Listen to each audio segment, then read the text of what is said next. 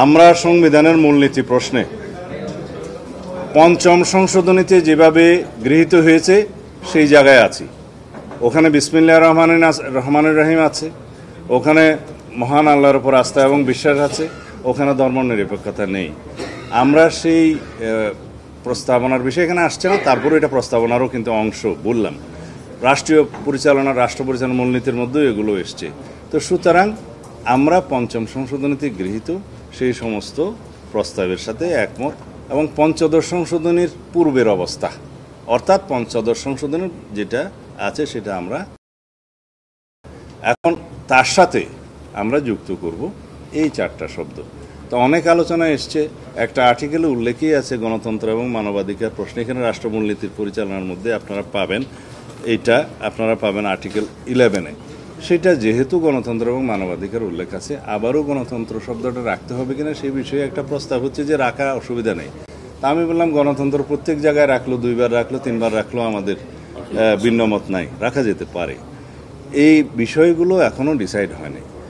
এখন আমাদের প্রস্তাবটা আমরা বললাম আমরা কিসে একমত বা আমাদের প্রস্তাবটা কি সেটা আমরা বললাম। তো যদি জাতীয় ঐক্যমত্যে না আসা যায় তাহলে ঐক্যমত্য কমিশনের পক্ষে এই বিষয়গুলো ঐক্যমত্য হয়েছে বলে বলা যাচ্ছে না। এখন আমাকে আপনারা প্রশ্ন করতে পারেন, তাহলে সারা দিন রাত আপনারা আলোচনা করলেন, ফলাফল কি? আমরা আমাদের বক্তব্য আপনাদের সামনে স্পষ্ট করেছি। ফলাফল সম্পর্কে আমি বলতে চাই না, কারণ জাতি অনেক বেশি আশা করে আমরা রাষ্ট্রীয় অর্থ ব্যয় করে সারাদিন আলোচনা করে একটা জায়গায় যদি পলিটিশিয়ানরা না আসতে পারি সেটা হতাশা ব্যঞ্জক হবে। সেটা আমি এখনও হতাশা ব্যক্ত করতে চাই না। আমি এখনও আহ্বান করব আমরা যেন মিনিমাম ইস্যুগুলোতে একমত হয়ে একটা জাতীয় ঐক্যমত্য সৃষ্টি করি। সেজন্য জাতীয় ঐক্যমত্য কমিশন প্রচণ্ড চেষ্টা করছে, কিন্তু এখনও সেই জায়গায় আমরা আসতে পারছি না। আমার আজকেও আহ্বান থাকবে মিনিমাম একটা জায়গায় যাতে আমরা ঐক্যমত্য সৃষ্টি করতে পারি এবং সেটা জাতিকে আমরা দেখাতে পারি, তাহলে রাজনীতিবিদদের উপরে আস্থাটা বাড়বে।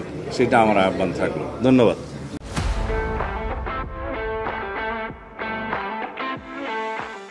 না, এই আলোচনা তো বলেছে, সিদ্ধান্ত হয়নি।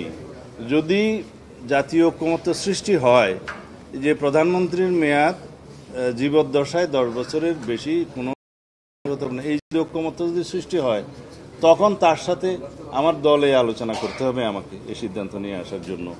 তারপর তার সাথে আমি বলেছি এনসিসির অথরিটি হিসেবে থাকবে কি থাকবে না সেটা আমাদের আপত্তি আছে, এনসিসির তখন আর প্রয়োজন নেই। তারপরে উচ্চকক্ষে কিভাবে সেটা নির্ধারিত হবে, উচ্চকক্ষের পাওয়ার অ্যান্ড ফাংশন কী হবে সেটাও এখানকার সাথে রিলেটেড। আমরা এক্সিকিউটিভকে ফাংশন করতে দিতে চাই। আমরা এক্সিকিউটিভ ব্রাঞ্চকে এবং লেজিসলেচারকে একটা ভারসাম্যমূলক অবস্থায় আনতে চাই। জুডিশিয়ারি, এক্সিকিউটিভ এবং লেজিসলেচার যদি একটা ভারসাম্যমূলক পরিস্থিতির সৃষ্টি হয়, তখনই সুষ্ঠু রাষ্ট্র ব্যবস্থা হবে এবং ভারসাম্যমূলক একটা সমাজ ব্যবস্থা, রাষ্ট্রীয় কাঠামো নির্মিত হবে। এখন সেই জন্য যে পূর্বশর্তগুলো আগে আমরা বলেছিলাম বহুবার, সেই জন্য পূর্বশর্ত হচ্ছে একটা কেয়ারটেকার সরকারের অধীনে সুষ্ঠু সুন্দর নিরপেক্ষ নির্বাচন, স্বাধীন একটা নির্বাচন কমিশনকে ফাংশন করতে দেয়া এবং জুডিশিয়ারিকে প্রকৃতপক্ষে ইন্ডিপেন্ডেন্ট করা এবং রাষ্ট্রের যে ফ্রিডম অফ প্রেসটাকে এনশিওর করা। তাহলে এত কিছু আলোচনা আর লাগে না। আর যদি এক্সিকিউটিভকে, প্রধানমন্ত্রীকে যদি আমরা এখানেই লিমিট করে দিই, তাহলে ভবিষ্যতে আর কোনো সাংবিধানিক একনায়কতন্ত্র বা স্বৈরাচার প্রতিষ্ঠা হবে না। সংসদের মধ্য দিয়ে কোনো স্বৈরাচার প্রতিষ্ঠা হওয়ার কোনো সুযোগ থাকবে না। তখন সর্বক্ষেত্রে যদি আমরা এক্সিকিউটিভের হাত পা বেঁধে দিতে চাই, তাহলে এক্সিকিউটিভটা ফাংশন করবে কিভাবে? এক জায়গায় আসি, যাতে এখানে সাংবিধানিকভাবে কোনো স্বৈরাচার প্রতিষ্ঠিত না হয় এবং সীমাহীন মেয়াদের জন্য কেউ যেন প্রধানমন্ত্রী না হয়, সেই জায়গায় আসি আমরা। সেই প্রস্তাব তো আমাদের আছে।